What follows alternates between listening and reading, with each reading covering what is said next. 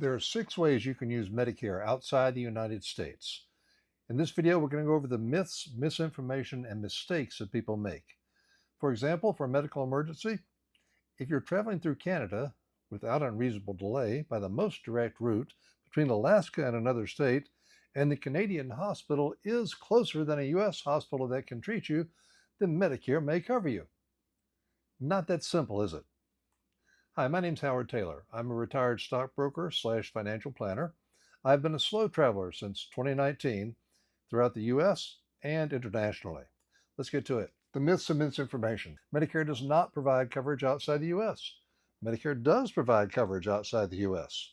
Both are right and both are wrong. What about Medicare will or will not cover me on a cruise ship? It will, with specific restrictions. Mistakes. Outside the US, a Medigap, also known as a Medicare supplement policy, will cover me. Well, it might, depending on how long you travel. A Medigap or Medicare Advantage plan covers me for emergencies. Well, once again, a definite maybe depending on the plan and amount. Quick summary, then we're going to get into exactly what Medicare says.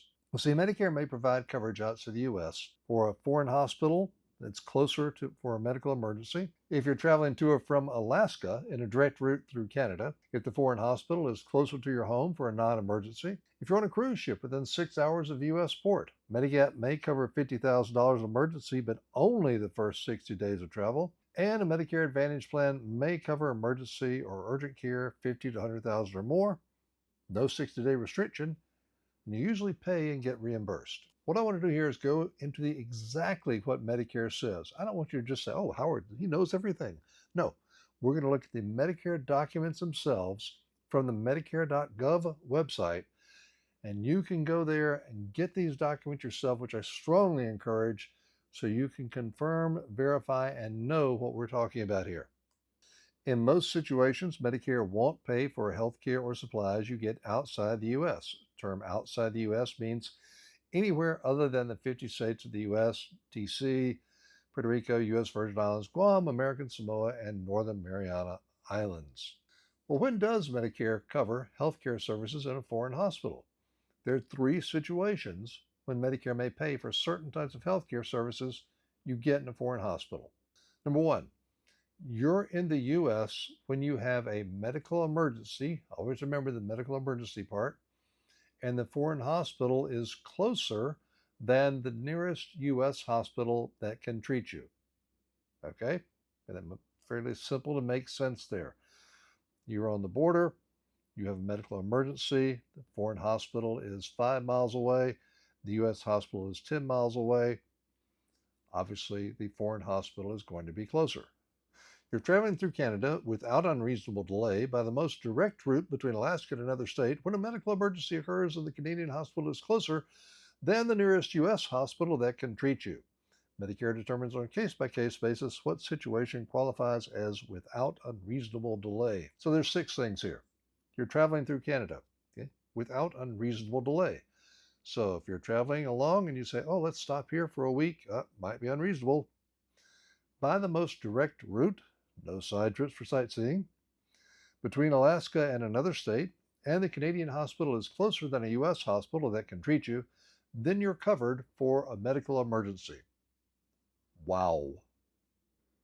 And number 3, you live in the U.S. and the foreign hospital is closer to your home than the nearest U.S. hospital that can treat you, regardless of whether you have a medical emergency. Keywords here, home, and regardless of whether you have a medical emergency. How about some vaccines before you leave? Oh, well, Medicare drug coverage, Part D, covers all vaccines the Advisory Committee on Immunization Practices, ACIP, recommends, including certain vaccines you might need to get before you travel outside the U.S., like yellow fever, chikungunya, I will never pronounce that right, and Japanese encephalitis. Your Part D plan won't charge you a copayment or apply deductible for vaccines. Contact your Medicare drug plan for details. Talk to your provider about which ones are right for you. Remember, Medicare only pays for its share of Medicare-covered services. If you only have Part A, Medicare is only going to cover inpatient hospital care. So, in these 3 situations, Medicare is going to cover inpatient hospital care, and Part B covers your emergency and non-emergency care. Does Medicare pay for dialysis treatments when I travel outside the U.S.? No. Unless you get a dialysis during an inpatient hospital stay? No.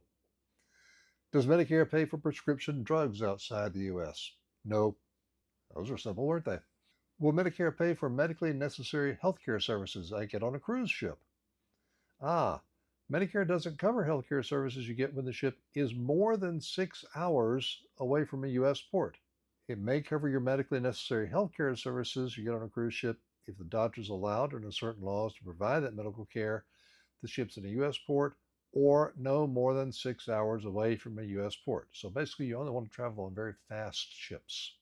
So what do you pay if you get Medicare covered services outside the U.S.? First up, basically, I won't read all of this, but basically, Medicare is not going to pay them directly. You're going to pay, and then you're going to get reimbursed. Although U.S. hospitals must submit claims to Medicare for you, foreign hospitals aren't required to file Medicare claims. You can ask, the odds aren't with you there. If you're on a cruise ship, under a situation described previously, the doctor must submit the Medicare claim. You may also file a claim directly to Medicare, but they want the doctor to submit it. All right, what if you have a Medicare supplement or Medicare gap policy? That's supposed to cover these gaps, right? It may cover services the original Medicare doesn't cover outside the U.S., but let's look at the restrictions here. First, it's going to cover your emergency health care with a lifetime limit of $50,000. Lifetime limit. Medigap plans pay 80% of the bill charges, $250 deductible, but here is the big catch. They cover foreign travel emergency care if it begins during the first 60 days of your trip. I'm a slow traveler. I'm a long-term traveler. I've been traveling since 2019, occasionally through the U.S. and outside the U.S. Just covering me during the first 60 days of my trip doesn't really give me coverage that I need. Back to our summary here, so we make sure we're on the same page. Medicare may provide coverage outside the U.S. for a foreign hospital that is closer for a medical emergency. If you're traveling to or from Alaska in a direct route through Canada, the foreign hospital is closer to your home for a non-emergency, or you're on a cruise ship within 6 hours of a U.S. port. And Medigap may cover $50,000 emergency lifetime, but only the first 60 days of travel. How about a Medicare Advantage plan? That may cover emergency or urgent care, $50,000 to $100,000 or more. No 60-day restriction, and you usually pay and get reimbursed. Medicare Advantage is also known as Part C. You often see a $50,000 or $100,000 emergency or urgent care outside the U.S. Maybe a small deductible like $50, some are zero. At least one plan doesn't have a limit, and different states and different companies may offer different plans and benefits. Now, it's because of this, that's why I'm not going to address all the plans and options that are out there for you. Every state, different companies, different plans. It'd be impossible for me to cover them all here. So what you want to do is look for your state and your situation and see what's available. The plan I use is the United Healthcare Medicare Advantage plan. Now, I don't sell this. I'm just simply going over here why it's different, why I chose it. In the USA, they have a nationwide network. Many of the plans are local, and they have worldwide coverage. In their worldwide coverage, it hits the emergency department services and includes emergency or urgently needed care. Okay, transportation back to the U.S. is not covered. Dentists aren't covered, but it's a $0 copayment. Now, it's nice that it's a $0 copayment, but frankly, don't get hung up on a $0 or $60 or $200 copayment. It's good. You're not going to have it that very often. Mostly you want the high end. What's the high end? What does it say is the limit for the coverage? United Healthcare never says there's a limit. Urgently needed services are also covered. Okay? And there's a, strangely enough, it's $60 copayment in the U.S. Outside the U.S., $0 copayment. What about my credit card? What about travel insurance policies? Well, these are not for long-term travelers. They may only be for accidents. You might need to lose a limb or your life to get payment. Limited coverage. I've seen $1,500 of coverage, but they have in great big bold letters. Oh, you covered for medical emergency or accident. Okay, $1,500. That's not going to that's not an amount of money that's going to wipe you out. And it may not even cover medical expenses. Huh? Okay, all I'm saying is read the fine print. Just because in big bold letters it says we have travel insurance, travel coverage on your credit card or a separate, read the fine print and see what they do and do not cover, because you need to know that before something happens. How about global medical insurance policies? Now, these can be very, very important. However, they can also get very expensive over 65 and especially over 70. I'm 69. I know I look marvelous, but I'm getting up there. And the health policies get very, very expensive. So I've been looking for what can I do to be protected and be covered. And then as you look around, you also want to be sure that you watch out for the terrible gotcha clauses, especially for pre-existing conditions. I will have another video later with details on getting what I consider a good policy for regular global medical policies. Here's an actual example of how pre-existing condition is defined in one policy I've seen. Now, I'm not going to mention the company for obvious reasons. I don't want to get in trouble, but this is in a policy, and it says very simply, a pre-existing condition is any injury, illness, sickness, disease, or other physical, mental, medical disorder, yada, yada, yada, yada, that with reasonable medical certainty existed at the time of application or any time during the 3 years prior to the effective date of this insurance, whether or not previously manifested, symptomatic, or known, these won't be covered. Wait, with reasonable medical certainty it existed? And what is, whether or not previously manifested, symptomatic, or known? Whether or not? In other words, we think you should have known that you were going to have this condition. So we are not going to cover you. Even though you had no symptoms, nothing had been manifested, you'd never been treated for it, we think you should have known. That's a big gotcha. Similar in another company's policy I've seen. They define pre-existing condition, an illness to which one of the following applies. You received a prior diagnosis or treatment for the illness or injury within 2 years before the start date. Okay, I can handle that one. That makes sense. You experienced symptoms within 2 years before the start date. Okay, I can go with that too. Then there's a reasonable medical certainty, more likely than not, that the illness or injury existed within 2 years before the start date. This means that even without your knowledge, it can be considered a pre-existing illness or injury. What? What do you mean without my knowledge? So you had no knowledge about this possibly existing, you had no symptoms, and they're going to consider it a pre-existing condition and then deny your claim. There's a reason they put these clauses in. Just be careful that you read them and watch out, because one clause like that can make whatever claim that you file meaningless. It's not going to get covered then.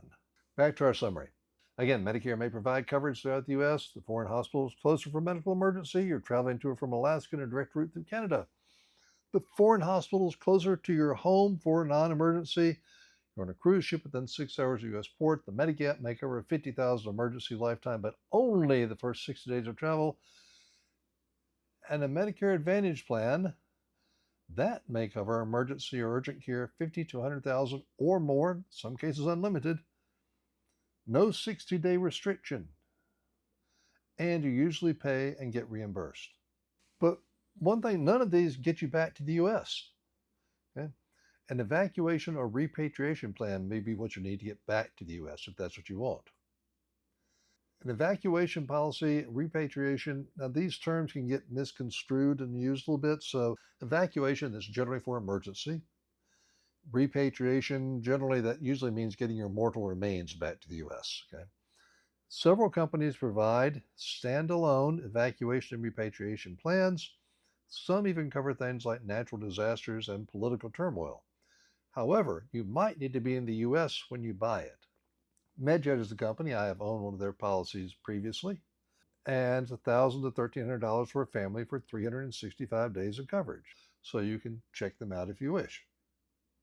The combination I chose for me: United Healthcare's Medicare Advantage plan that gives me the emergency care outside the U.S., unlimited, and I can get stabilized, and then I have a separate evacuation policy to get me back to the U.S. Why I chose United Healthcare Medicare Advantage: no limit on the emergency care. They have a very large nationwide network in the U.S. and the ability to use their United Health passport to receive care all around the U.S. For example, let's say that you have a home in Florida and you've had your emergency that's happened overseas, you're being evacuated, you're brought back, you're in the U.S., but your family is all moved to Nevada. You want to be close to them, especially during your medical care following up. With many Medicare Advantage plans, you may not have the flexibility to just move to Nevada and have your care there. With United Health's Passport program, you may be able to do that. Is my strategy perfect? Definitely not. Once you're over 65, global health coverage can get very expensive. Fortunately, medical care outside the U.S. is much more affordable. For example, we've had 2 trips to the hospital not too long ago, one in Taiwan, one in Vietnam. In Taiwan, a brief trip to the hospital, saw a doctor. I just need to get some prescriptions and a couple of minor tests done. And the total cost for my wife was $50. Yeah. I was in Vietnam, Da Nang, Vietnam, went to the doctor, had to get some prescriptions refilled, and check on a little something. And the total cost was $26 for the doctor. In both cases, we walked into the hospital, did not have an appointment, waited probably less than 30 minutes before seeing the doctors, not interns, and everything was handled wonderfully, professionally, and it was great. And oh, and mine, I had to get prescriptions afterwards, so my total cost was maybe $56, I believe. Yeah, medical care outside the U.S. is excellent, and the cost is wonderful, especially in Asia. So, in my strategy, I've got a high or unlimited emergency care outside the U.S. Evacuation back to the U.S. is policy. I'm covered in the U.S. under a Medicare Advantage plan if I need extensive care there. And it's very affordable, as really my only cost is the evacuation plan, about $1,000 a year. If you have a better way or you see some problems here, please share, both for me and for other viewers that are watching. You may also find some interest in these other videos that are particularly for slow travelers. Thank you for watching. Please be sure to like and subscribe. Hey, I have to say that every time, right?